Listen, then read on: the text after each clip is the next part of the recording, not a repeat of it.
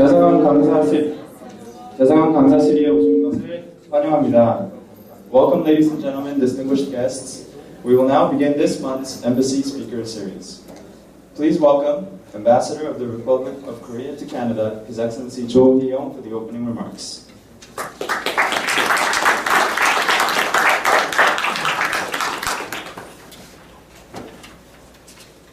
Good evening, Ambassador Heinbecker, distinguished guests, ladies and gentlemen.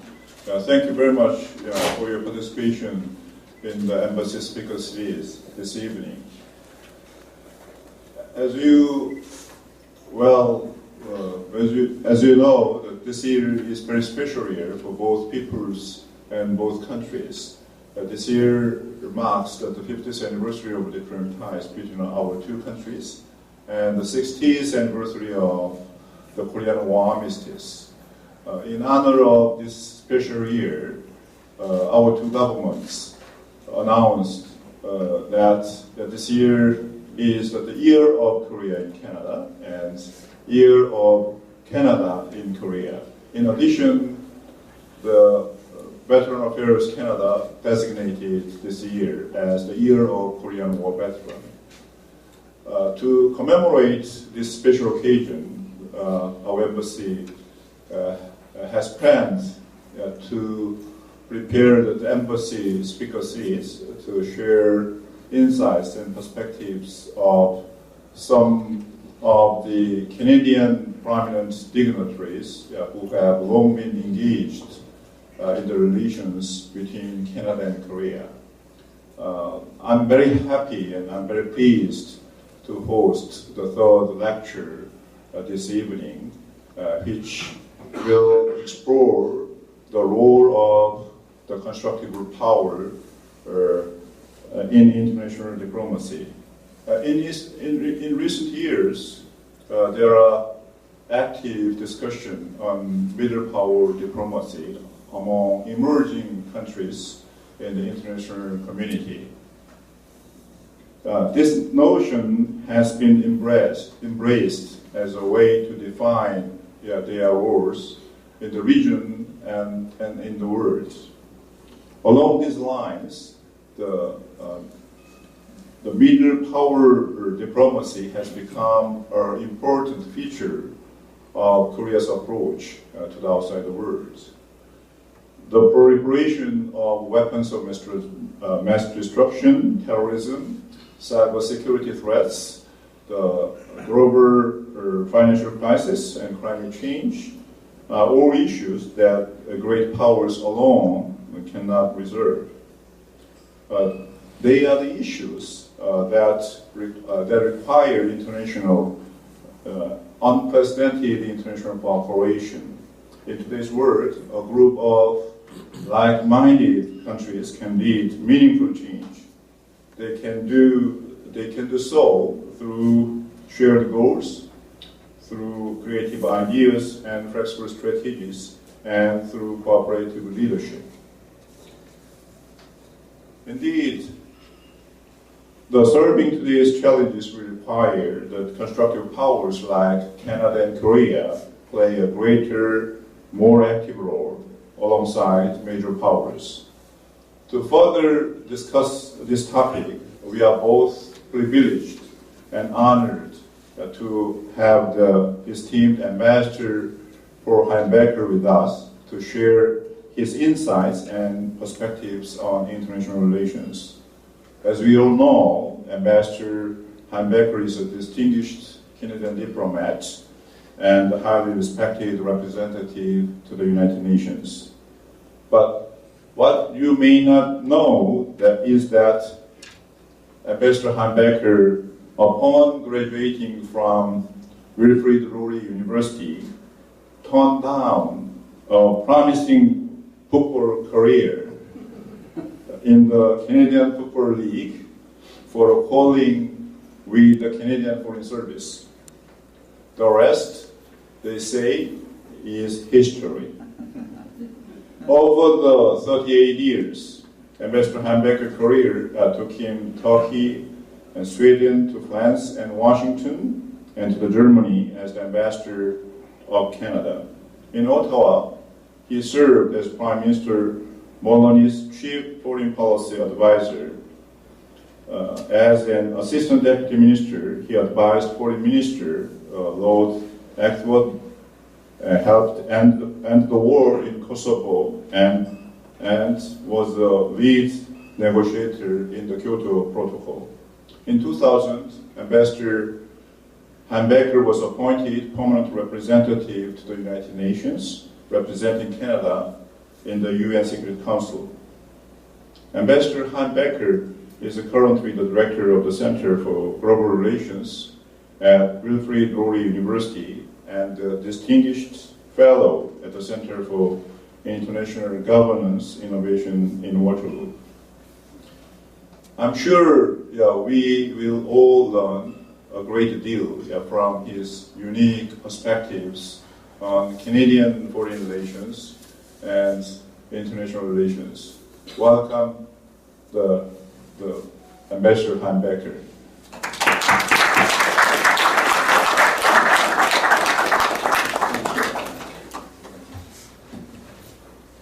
I am still wrestling, but I think I have it. Yes. Okay. I'm going to put that.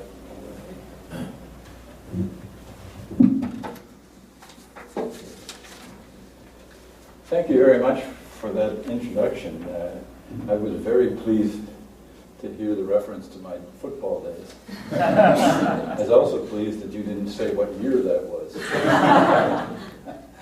It's true that, as an anecdote, I was studying at Wilfrid Laurier, which in those days was called Waterloo Lutheran University, and it is literally true that they changed the name in order to keep the initials.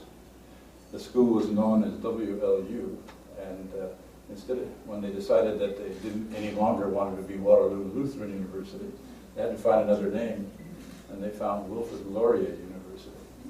And that despite the fact that Laurier had never set foot, as anybody knows, in Kitchener, and that Mackenzie King was born and raised there. So it's a little long. I decided to, another part of the anecdote is that I got a letter from the Foreign Affairs Department and a letter from the Edmonton Eskimos on the same day. One offering me a job in the Foreign Service and one offering me a tryout with the Edmonton Eskimos. And I could remember watching on television, watching Edmonton play. And every time it got to be October, November, it was always freezing cold. And I was imagining myself playing football with these great big guys on a frozen field with snow piled up on the side. And I was imagining the Foreign Service, which at the time I thought sounded a bit like the Foreign Legion, which would be sunshine and palm trees. It made it quite a bit easier, but the decisive factor was in the Foreign Service, they actually paid you better in those days. Shout out for PAFSO. Then they paid in the Canadian Football League, hard as that may be to imagine today. And I am here to support the Foreign Service Officers Union. I do think it's ridiculous that they're paid less money. And I can't understand at all why it is a Treasury Board could possibly think that that's fair or reasonable. If there's anybody listening, I'm on the side of the union. Ambassador Cho, Excellencies, ladies and gentlemen, friends, Aisha, my wife, is here in the second row. Her job is to keep me on the straight and narrow. And I've already wandered, as you can see. I'm honored to participate in this series. I think it's a wonderful idea to make this a year of Korea in Canada, a year of Canada in Korea. And I'm happy to play my own small part in commemorating the 50 years of diplomatic relations between our two countries and the 60 years since the Armistice. Relations between Canada and Korea were literally forged in fire, and they have the strength of tensile steel, and long may they endure. There's a lot of talk, as the ambassador was saying, about middle powers these days. It's a term, frankly, and with apologies, I don't accept very much.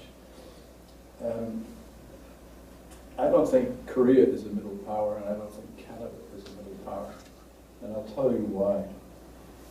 In 1945, the UN had 51 members. So in those days, to be a middle power was actually to be something. Now, 2013, the UN has 194 members. And to be a middle power is not to be very much. And in the Canadian case, at least, I wouldn't attribute this to Korea in any respect, but in the Canadian case, at least, it tends to be an excuse for not doing more. Little Canada, what can we do? I heard Jean Chrétien say that so many times. You know, but we're not little. Let me just put it in just a couple of statistics. According to the UN, the World Bank, the IMF, and the CIA fact book, the median country in economic terms is either Gabon, Cameroon, Cyprus, or Tanzania. Each has a GDP of about $25 billion. Canada's GDP is $1.7 trillion, which is more than 75 times larger than the GDP of any of those countries. Korea's GDP is $1.2 billion, which is obviously much higher. Overall, Canada ranks 11th and Korea ranks 15th in the world. There are 180 countries that have smaller GDPs than Canada or Korea. What about military standing? Well, I looked up the Swedish International Peace Research Institute's statistics, CIPRI statistics. Korea ranks 12th in the world in terms of expenditure, 27 times more than Kenya, which is the median power in defense expenditure. Canada is 14th in the world at 23 billion. So in Canada's case, there are 180 smaller countries, and we are even in military terms, which we tend to minimize in our own mind. But there's more to power. Obviously, there's soft power. How do we stand on soft power criteria? Well, in terms of education, Canada and Korea are leading the world. We're in the top rank in terms of years of education achieved, tertiary education, secondary education, and we're also in the top rank in terms of the achievements of our students. Korea actually was first on the OECD's PISA study last year in terms of reading comprehension, and it was in the top small number, I don't know, 5 or 10, of all the categories. Canada was also in those categories, although the Koreans did better than we did. So we're countries that have the size and capability to do something. We're not anymore to be considered kind of secondary. We are secondary. Maybe we're second-tier countries, but that doesn't make us middle powers. It's a long, long way between us and whoever is in the middle. But all you have to do is look around our neighborhood to understand that we're not, that we're not a superpower either. Each of us has the world's greatest economy as a neighbor. Ours is actual. The Koreans in the country of China is prospective. 2016, it should be the Chinese economy is expected to overtake the American economy. Each of us has the world's greatest military power, or one of the world's greatest military powers in our neighborhood, and I'm thinking, obviously in our case it's the U.S., and in Korea's case it's China and Russia. In our case it's Russia too, just across the poles.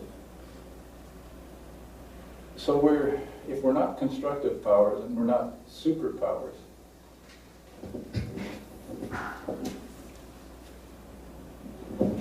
Is that better? Yes. Okay. And we're not superpowers. What are we? Well, we're constructive powers, as the ambassador was saying. This is a term that I think I personally, or at least the organization I belong to, can take credit for coining constructive powers.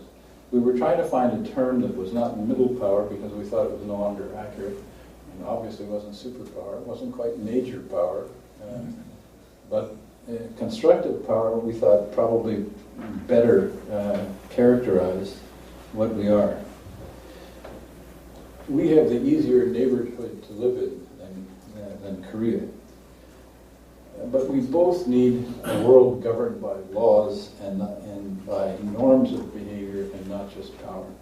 That used to be a truism in Canada, and we tended to get away from that. We've started to forget the importance of of international law and multilateral governance. And I'm not talking about multilateral government.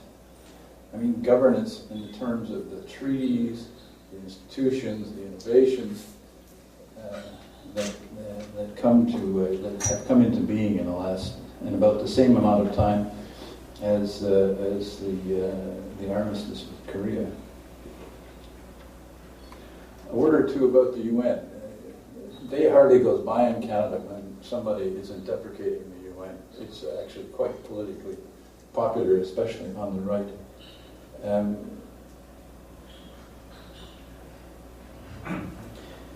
But let's just have a better look at it. The UN Charter is the rule book, the guidebook. It's the rule book of international relations.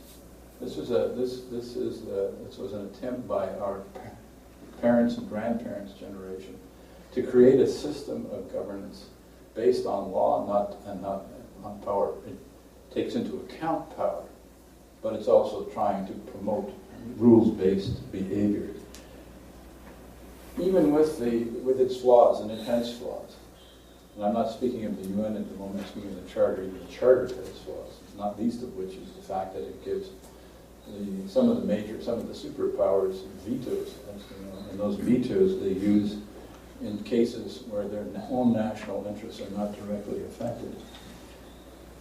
But it's a rule book that the vast majority of UN members, and maybe that goes for just about every UN member, perhaps not Syria, they'll all see it as being in their interest to respect. None of them thinks that they could do without the UN Charter. The UN has generated 500 international treaties, an extensive body of international laws, norms, practices, innovations, and institutions. And in the process, over periods of time, one has seen a lot more innovation than the place is given credit for. I'm thinking, if you look at the original charter, there was no peacekeeping. The original charter, there was no environmental, there was no sustainable development. There was no coordination of humanitarian affairs. There was no international criminal court. There have been a lot of innovations which have happened in the years since the UN was formed. These laws, treaties, norms, practices, innovations, and institutions help us govern ourselves and govern relations between us. The UN has become a kind of motherboard of international relations. It both has its own job to do, and with apps that are plugged into it, all of these treaties, it brings greater order and purpose to international relations, and it brings greater security and progress to people's lives. There's a tendency to think, and one would be forgiven for thinking with the 24-hour news cycle and with all of the other doom and gloom that comes in, including through the internet. There's a tendency to think that we're really in rather desperate shape. In fact, thanks to the UN in part and other organizations and our own capacity to develop, the world has never been richer.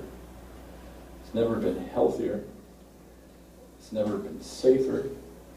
It's never been better connected, and it's never been better educated than it is now. This is a golden age, and it's heading actually in the right direction. More people die, I guess this would be a debatable point whether it's better or not. More people died in the last 2 or 3 years from climate change than have died from terrorism. Terrorism is very much on our minds, my God. The terrorists are coming to get us. The number of actual casualties, while terrible for the families involved, is very, very low. So we're living in a relatively safe time, but we're living in a rapidly changing time as well. So the UN will play a central role, and it will play that central role so long as it's the only organization that can convene the entire world under one roof and can sustain the norms by which we largely live in peace. It is necessary to good global governance, but it's not sufficient, which is the second point. We're transforming at a rate we've never seen before. I'm struck by a statistic in a book by Kishore Mahbubani, who was my counterpart ambassador to the UN and is a thinker from Singapore. He quotes in his book, actually Larry Summers, who was at the time at Harvard, who said that, it took about 1,000 years for people to reach a stage of kind of middle class status. In China, it has taken 20 years for people to reach the same status. People have increased their standard of living 10,000 times in a single lifetime. 10,000 times. It's absolutely, if you go to China, I'm sure many of you have, and you look at Beijing and you look at Shanghai and you look even at a lot of other places, it's just unimaginable progress. One could not have possibly thought that 20 or 25 years ago when I first visited China. The UN makes it possible for this progress to happen. It provides the stability and the security, even with all of its weaknesses and with all of its warts.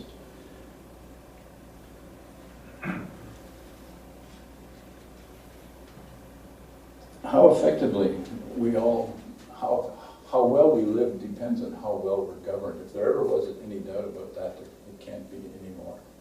The countries with the most effective government are the countries that are living the most productive lives and the longest.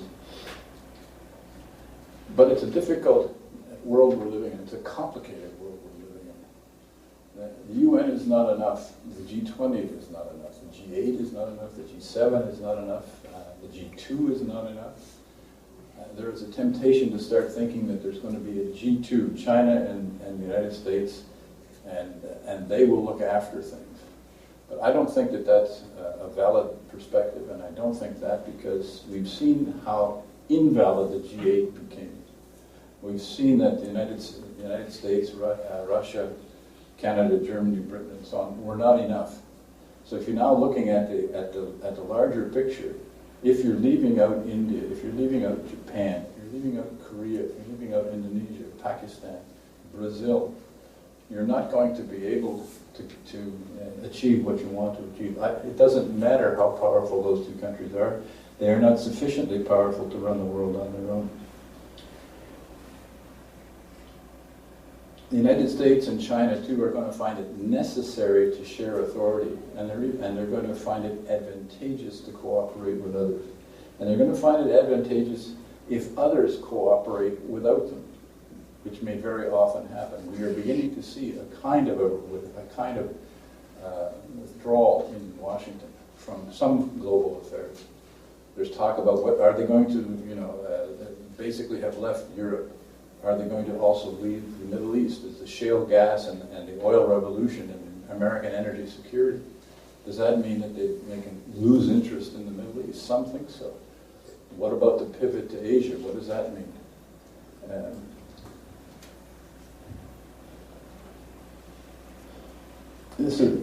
As the complexity and integration of the world accelerates, new forms of mini-lateralism are being born, which feature soft law as opposed to hard law. I'm thinking particularly of the internet and internet governance. We don't understand yet how to govern the internet. It is just too complicated from a technical point of view, from a political point of view, from a human rights point of view, from an economic point of view. It's a little bit like we're in the nuclear age, about 20 years into the nuclear age, when we didn't really understand how to cope with the world we were dealing with. We're in the same situation now with the internet, and it may be as consequential as that.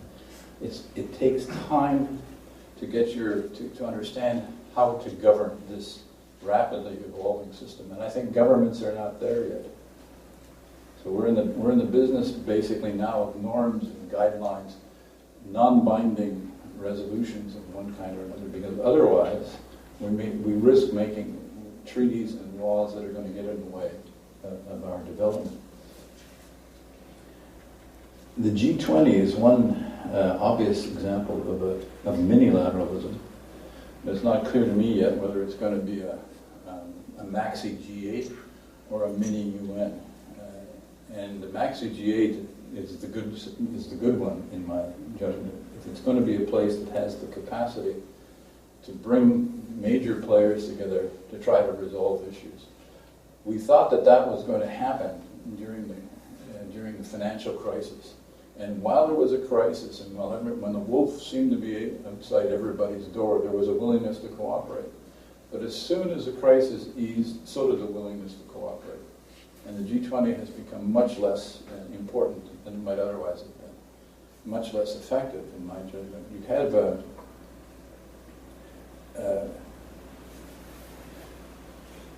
You have a situation in the G20 where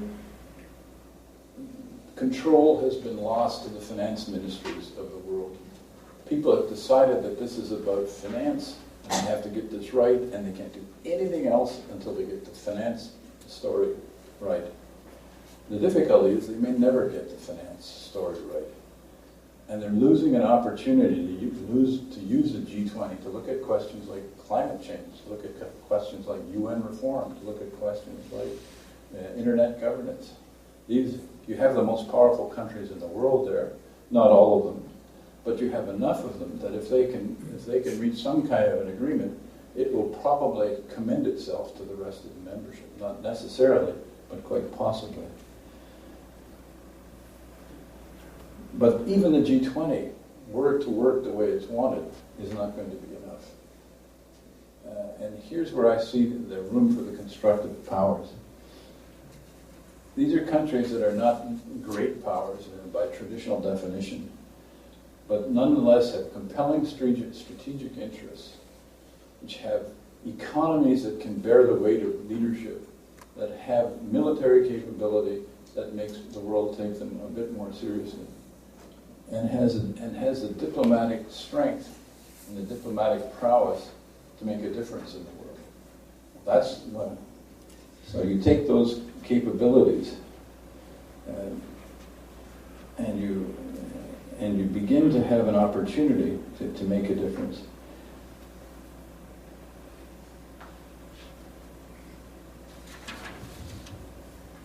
Who are these constructive powers that I'm talking about? Well, we actually have put together a group. We at CIGI, Center for International Governance Innovation, have created a kind of a group of think tanks, academics, former practitioners from Australia, Brazil, Germany, Japan, Indonesia, Mexico, the Netherlands, Sweden, South Africa, Switzerland, and Turkey, and of course, Korea and Canada as well. The foreign policies of these constructive powers are based on democratic principles with strong economies. Most of them have an economy larger than $1 trillion a year. Proficient diplomatic establishments, which put them in a position to promote a more secure, more prosperous, and more just world based on international law. Global governance is too important to leave exclusively to the permanent 5 members of the UN. Permanent 5 members of the UN are manifestly failing to solve a lot of problems. But the idea is not to deprecate the P5 and not to try to substitute the P5 or to supplant the P5. It's to bring new thinking and new resources to the conduct of international relations.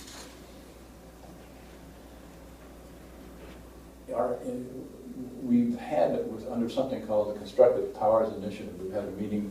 The first meeting took place in Istanbul, the second meeting took place in Mexico, the third one was in Toronto yesterday, and the day before, and the next meeting will be in Seoul. In Istanbul, we looked at the Arab Spring and the issues that arose, and what constructive powers might be able to do, might be able to cooperate and do. That was difficult. Mexico City, we looked at the issue of international organized crime, specifically the narcotics trade. It was an eye-opener for me, even though I've read a lot about Mexico and a lot about the drugs issue. The degree of the extent of the harm is almost incalculable. Countries in Central America are not governable anymore. Mexico has an aid program in Central America to try to assist them in coping with the drug program. The flow of drugs across the Atlantic to West Africa and from West Africa to Europe is enormous. The prospect that West Africa and indeed Africa itself will become a narco-continent.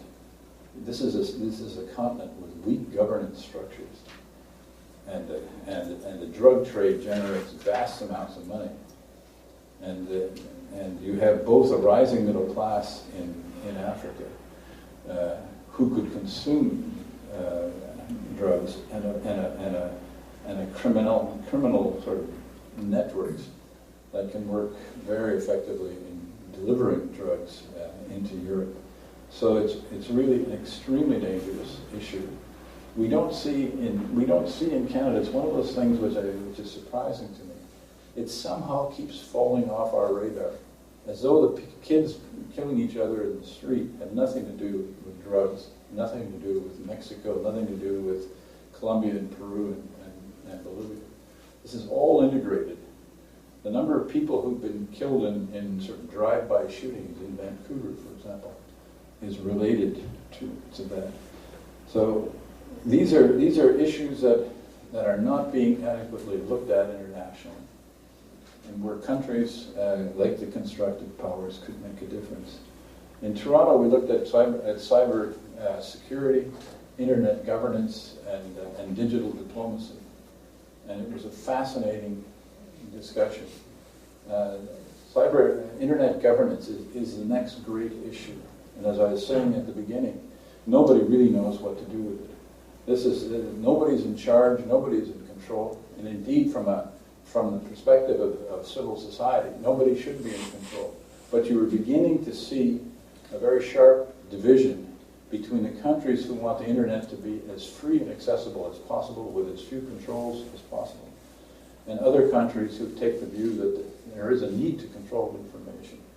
It's not so simple that it's all Canada and friends on one side and China and friends on the other, because we care about porn on the internet. We care about kiddie porn. We care about all of these kinds of problems, and so we want to see controls. It's not that the internet is not controlled and it's not governed, but it's not so far governed by governments. This is the internet government. Internet governance is governed by governments, by business, by civil society, and it is requiring a new way of running things. You cannot, or you seem not to be able to impose the old state structure, the old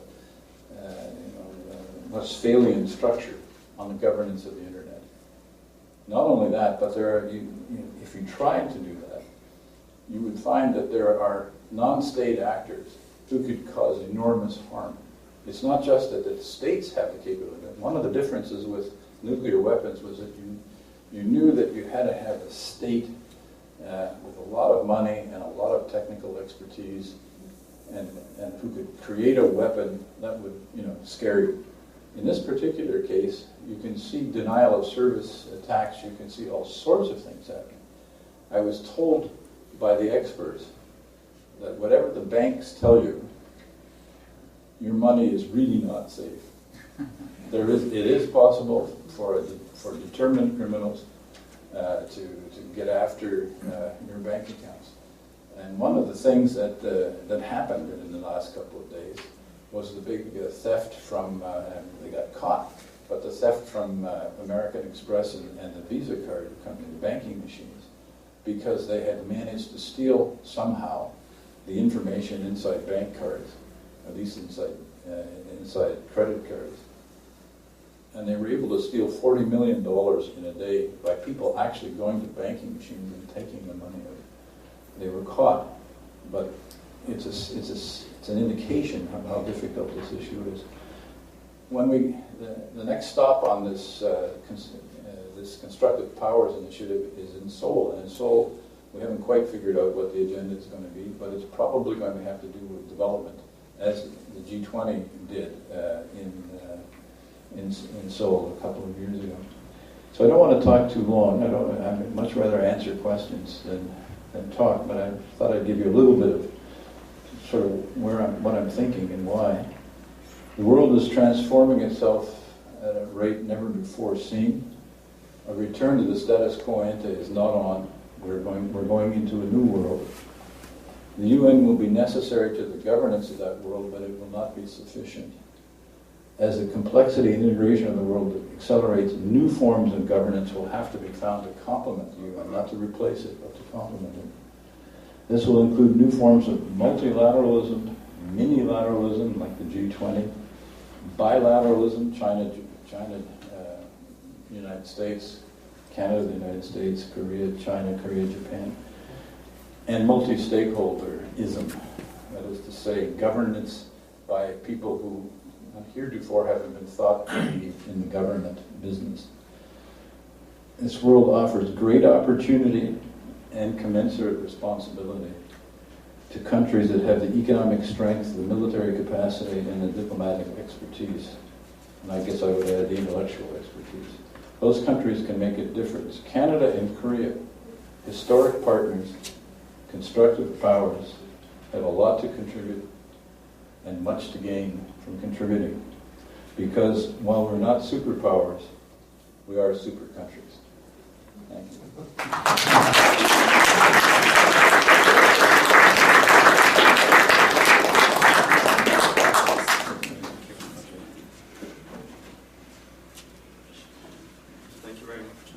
Thank you very much, Ambassador Heinbecker.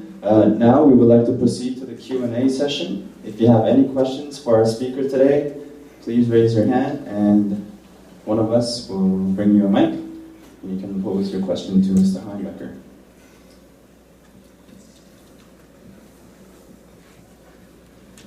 Thank you so much. That was a wonderful presentation. The Constructive Diplomacy Initiative, linking up think tanks in the countries you mentioned, deserves great support.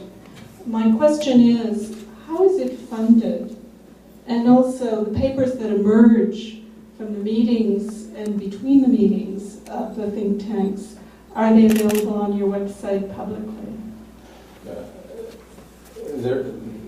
The answer is they're funded cooperatively. It is think tanks, mainly think tanks, also universities. A number of ex-practitioners who are either one or the other or interested. It isn't cheap to bring people together from every corner of the earth, but it isn't legitimate not to. So if you're going to try to do this kind of thing, you really do have to have somebody from Indonesia and from Japan and from Korea and so on. So the bill runs up for airline fares especially pretty quickly. A large part of the finance has been provided by CIGI. Center for International Governance Innovation has an endowment. The endowment was the CIGI, for those people who may not know, was the brainchild of Jim Belsley of BlackBerry, formerly of BlackBerry. And he, together with the federal government, put in a considerable amount of money. I think his personal contribution is somewhere in the order of $150 million. So it's real money, and it's serious. But there's not money to be thrown around, and so we tried very hard to do this on a shoestring if we can. As for the reports, our website does have the reports on it, and it will have one on our discussions yesterday, although some of the discussion, we did an innovation in the last meeting. We invited the policy planning staffs of all of the countries, and they virtually all came. So we made a kind of track 2 initiative about it, and we are trying to give this initiative a kind of government grounding. We asked the policy planners what's on their mind and how can we help them. What is it that what are their research priorities? What are the trends they see? What are the big issues that they think they're going to have to deal with 3 years or 5 years out? The idea of policy planning staff is that we're not trying to deal with current issues, absolutely current issues. As a consequence, some of that has to be on Shadow House rules basis. You can't. Some of the people that were not comfortable talking about, they weren't sure they had the authority of the government to talk about some of the problems they saw. So there will be a report, but it won't be quite as frank as some of us would like it to be. I think someone had a question, one of the front row seat. The obvious question has already been started, which is where is this initiative going? How is it funded, of course, is a really good start. You've answered half of what I was curious about, which is, are you modeling yourself? Your goal, obviously, is to change state behavior, to affect choice, to make some policy impact. And I was curious about the institutionalization of that. Are you a track 2 kind of model? Are we talking about a Club of Rome model? Is there a model? Do you have a path? Where is this going? Well, it's an experiment, frankly, and we're feeling our way along. I think I would like to see it become a kind of track 2, track 1.5, track 2. Yes, we want to affect policy, but we want to affect it by doing by not sheer advocacy, but more by sort of evidence-based research, and that's sort of where we hope it's going. And whether it is able to sustain its government's interest in it or not, it will depend pretty much on what the outcome is. Some foreign ministries are more open to participation by outsiders than others are, and some are quite skeptical of the capacity of academics to contribute. Others are counting on it. So we'll see what happens there. I don't know. The short answer is I don't know to what extent governments will endorse it. They certainly are interested. We're getting a lot of, and we're beginning to get requests to participate from people who haven't participated, which is usually the best sign. The word is getting around that this is an interesting thing, and foreign ministry is interested. Other ministries are going to be interested. Other think tanks are interested. But there's a whole world of think tanks, as you know. There are other think tanks who are not working exactly in the same area, but have some similar things. There's possibilities of linking up with other networks to get some things done. So long as the participants have the money to continue, I think it can continue. But as I said, it's not cheap. So if you want to contribute, Let me talk. talk's cheap. That's what I do.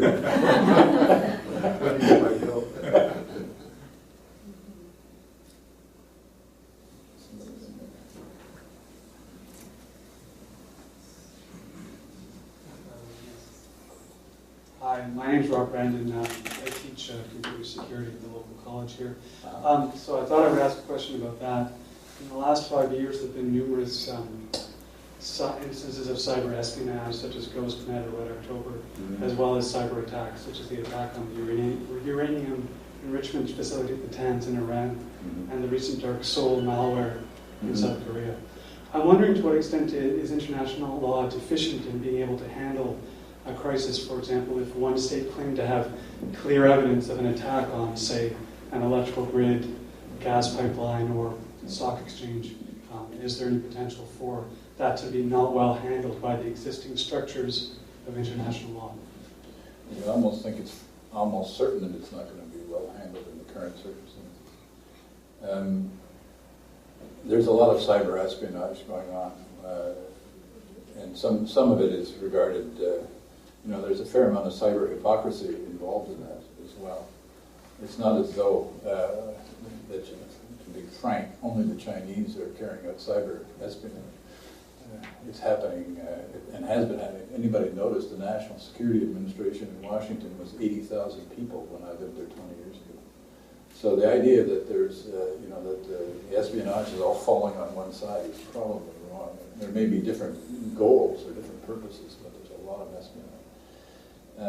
I think we're just what I read is that there's people have tried to draw an analogy between arms control and cyber issues, and that it took the world a long time to come to a clear enough understanding of what needed to be done about arms control.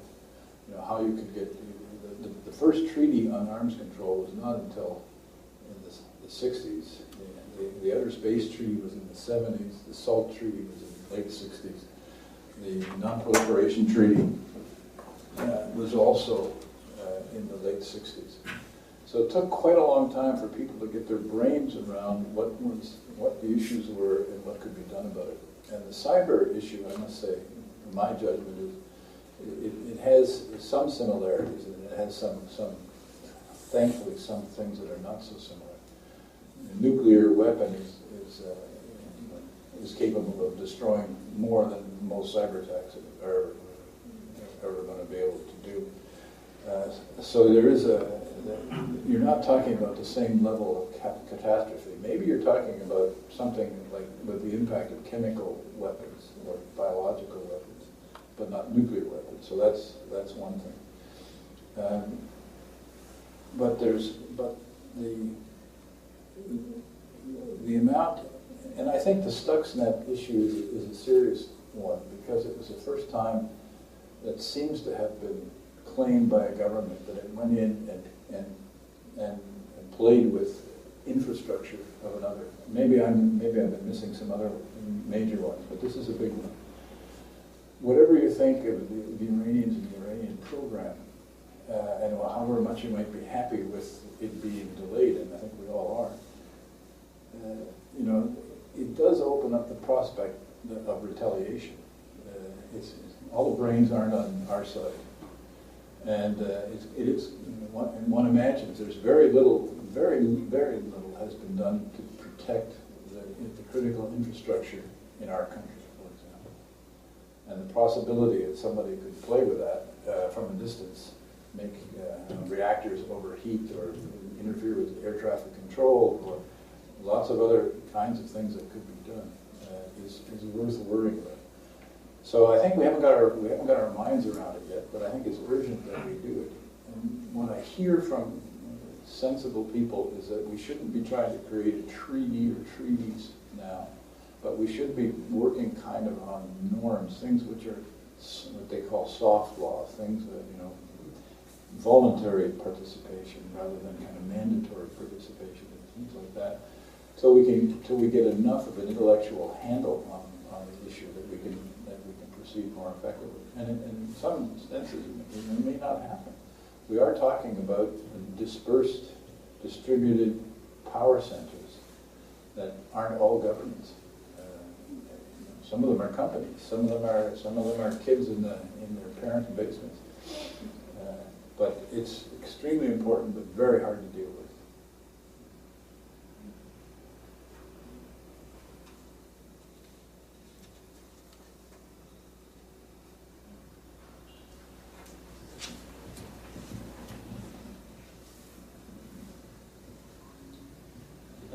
Taking from a different level of international relations, how do you feel the future for energy demand will play out with, let's say, other agreements, like as, say, China and more Asian countries are seeking more, let's say, oil?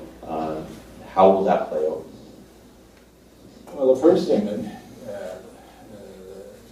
the first question in my mind is how does the shale oil and the shale gas and the other kinds of sort of secondary sources in North America play out? There is a vast difference now in gas price, the natural gas price between here and Europe. Huge difference in price. The U.S. Is becoming energy self-sufficient. Self-sufficient, not even including Canadian, oil sands products.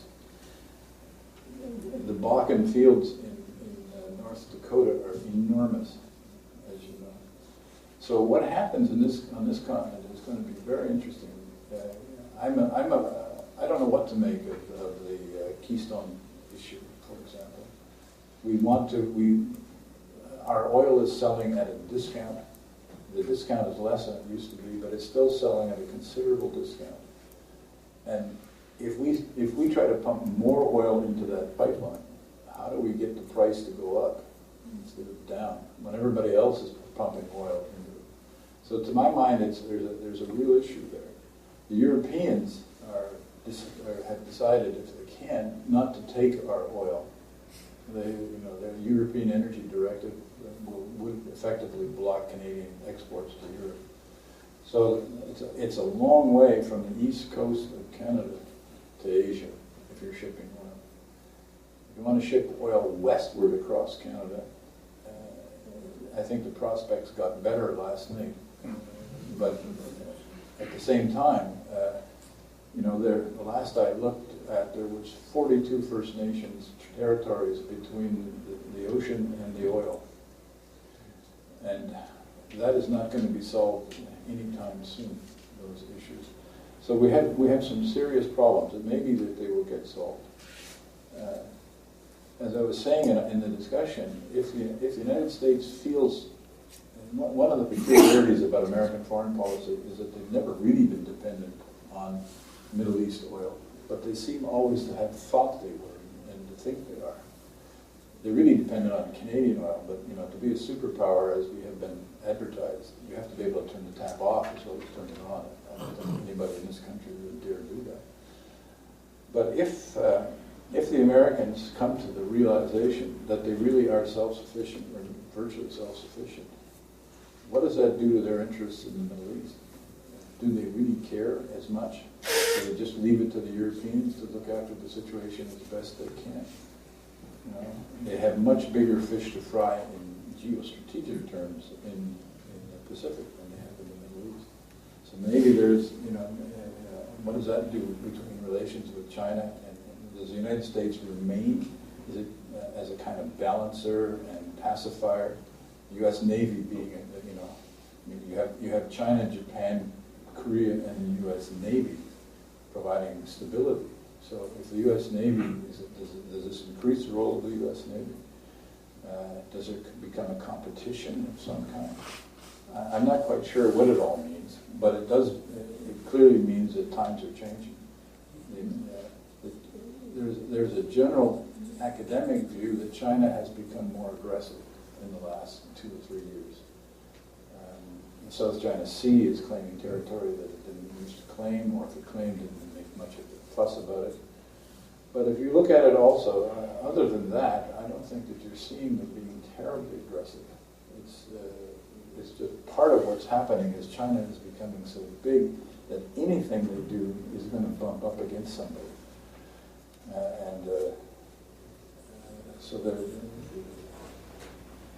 And it's in an area where the institutional arrangements for ensuring peace and security are not very strong. They've been lacking. I think you'd be, probably the ambassador could give you a better answer than that. Is that an invitation? That's an invitation. Thank you. If you can please introduce yourself, that'd be great. My name is Young Choi. I'm a graduate student in Carleton University, Norman Pettit School of International Affairs. I read that